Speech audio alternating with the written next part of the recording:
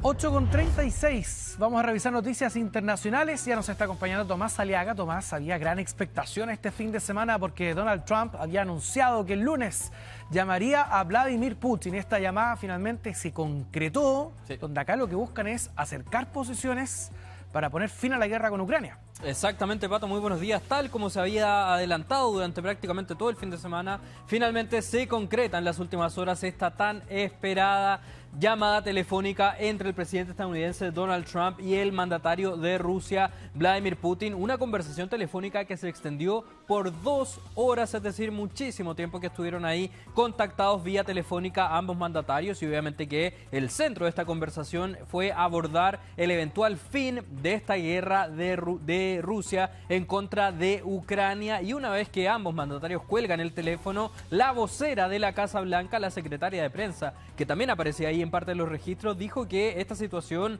esta llamada telefónica fue un diálogo muy informativo y bastante franco, pero no fue eso lo único que anunció la secretaria de prensa de la Casa Blanca, sino que también dijo que a partir de esta llamada telefónica, Donald Trump convocó a un diálogo inmediato entre Rusia y Ucrania. Diálogo inmediato es como lo han definido desde la Casa Blanca. No se conoce cuándo comenzaría este nuevo diálogo, pero al darle el carácter de inmediato y también según lo que espera gran parte de la comunidad internacional y también los más optimistas, esperan que pueda comenzar incluso el día de hoy este diálogo que acaba de convocar entre ambos países Donald Trump. Y esto también nos da cuenta de la influencia que tiene el mandatario estadounidense en términos de las relaciones internacionales y también de el posible y eventual fin de este conflicto que ya se está extendiendo por más de 3 años. Y una vez que Donald Trump cuelga el teléfono, después de haber llamado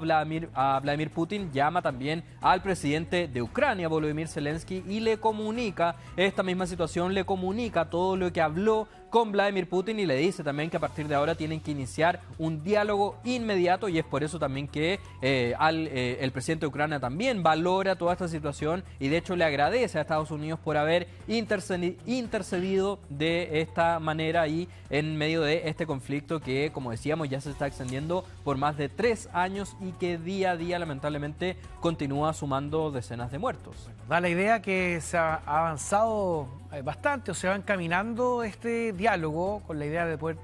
lograr el fin de la guerra. Y más que incluso lo que ocurrió la semana pasada, fíjate, porque también, ¿te acuerdas? La semana pasada había expectación, si es que se podía reunir Zelensky y Putin en Turquía. Aquello no ocurrió, Putin lo dejó plantado a Zelensky, claro, en Ankara, me parece, allí donde se iban o donde se estaba dando esta reunión, y donde él además, bueno, al ver que no iba Vladimir Putin, decide enviar a un grupo de delegados en particular. Se reunieron delegaciones rusas, ucranianas, pero ya se señalaba que eso no iba a avanzar mucho más de lo que estamos viendo acá ahora con esta llamada telefónica entre Trump y Putin. Claro, de hecho, como tú muy bien aportabas, en esos encuentros que sostuvieron la semana pasada en Turquía, claro, no hubo algún resultado más significativo, sino que simplemente se anunció el intercambio de algunos prisioneros, pero de cese al fuego no se habló, ni mucho menos, como sí ya se está hablando a partir de ahora a través de la llamada que realiza entonces Donald Trump. Y no solamente Donald Trump el día de ayer llamó a Putin y Zelensky, sino que también decidió llamar a varios líderes de Europa, por ejemplo, a los mandatarios de Francia, de Italia, Alemania y Finlandia, obviamente también para comunicarles en detalle lo que va a ser esta nueva convocatoria a un diálogo inmediato entre Rusia y Ucrania, algo a lo cual nos vamos a mantener atentos. Pero por ahora vamos a hablar de el Medio Oriente, una situación muy tensa la que se continúa viviendo en ese punto del planeta, sobre todo por un anuncio que acaba de hacer Israel en las últimas horas, donde acaban de anunciar que van a tomar el control total de toda la franja de Gaza, un anuncio que ha generado múltiples reacciones en la comunidad internacional, rechazo por una parte, también respaldo por algunas otras voces ahí de la comunidad internacional, pero sin duda un anuncio muy impresionante. ¿Y cómo van a llevar adelante, según explica el propio primer ministro israelí, esta toma del control total a partir de un operativo que ya comenzó y cuyas imágenes estamos revisando en este momento? Un operativo que fue definido por las fuerzas israelíes como Carros de Gedeón. Así es como han bautizado este operativo, que consta de un amplio despliegue de tropas terrestres en territorio de la Franja de Gaza, además de la ejecución de ataques aéreos contra más de 160 objetivos, incluidos, por ejemplo, varios bastiones del grupo palestino islámico Hamas. Así que una situación muy dramática ha generado también la preocupación, como decíamos en un comienzo, de gran parte de la comunidad internacional, puesto que las condiciones que se están registrando actualmente en la Franja de Gaza de por sí ya son muy dramáticas, y de hecho son varios los sectores, ahí las organizaciones ligadas a los derechos humanos, que están apuntando a que gran parte de la población actual de Gaza, los gazatíes, están atravesando una especie de hambruna, y es por eso que es tan complejo el escenario y es tan complejo también el anuncio que acaba de hacer en las últimas horas el primer ministro de Israel, Benjamín Netanyahu. Una situación bien compleja la que se está viviendo allí, muy sensible. Y a propósito de este mismo punto que tú abordas de la hambruna en Gaza,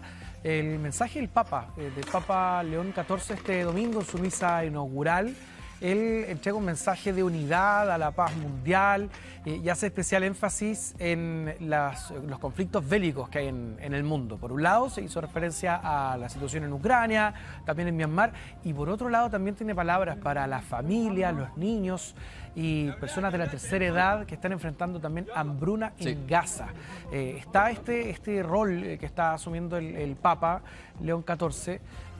Vamos a ver si de alguna manera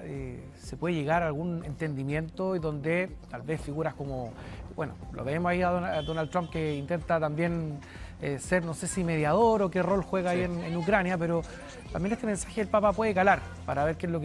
cómo se puede llegar a un entendimiento en esta situación en Gaza. Sí, y claro, de hecho ya ha habido algún tipo de repercusión respecto a ese anuncio, a ese mensaje que entrega el día domingo el Papa León XIV, porque el día de ayer, día lunes, es que Israel por primera vez en 11 semanas da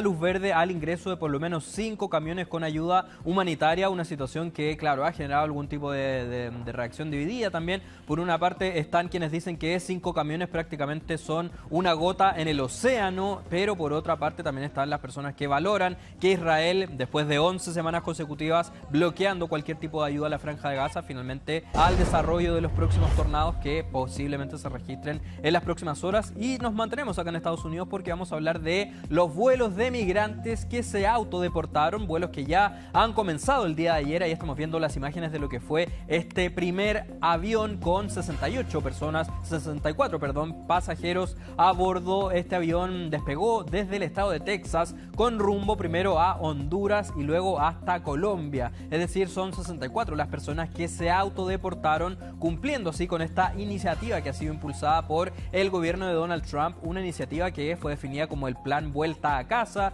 que le ofrece a los migrantes ayuda financiera, una ayuda de $1,000 específicamente para quienes se autodeporten, es decir, se autodenuncien ante las autoridades respectivas, y es así como no solamente reciben este bono de $1,000, lo que equivale a cerca de $1 millón de pesos chilenos, sino que también se les facilita este avión para que sean de alguna manera sacados de Estados Unidos. Donde acá la polémica además se da por la forma, ¿no?, en la que se está llevando adelante este plan o estrategia, en la que hay incentivos económicos. También vemos allí peluches para los niños, intentando de alguna manera, no sé, hacer más amable o más familiar. Todo esto que de todas maneras es una situación bien triste. Claro, acá hay casos y casos, seguramente hay algunas familias que ingresaron de manera irregular a Estados Unidos y que ahora tampoco tenían los medios para poder regresar a sus países. Claro. Ven esto, entre comillas, como una oportunidad, pero también hay otros quienes ven que acá se ha endurecido la política en este sentido, por lo tanto temen también ser perseguidos un poco más exhaustivamente en las calles. Sí, exactamente. De hecho, vamos a revisar también prontamente un caso de unas personas de Brasil, que una detención ahí que también generó mucha conmoción en Estados Unidos, así que es parte de hecho, pasemos actualmente a revisar esa situación que te comentaba, Pato, que tiene mucho que ver con este caso de las deportaciones en Estados Unidos, porque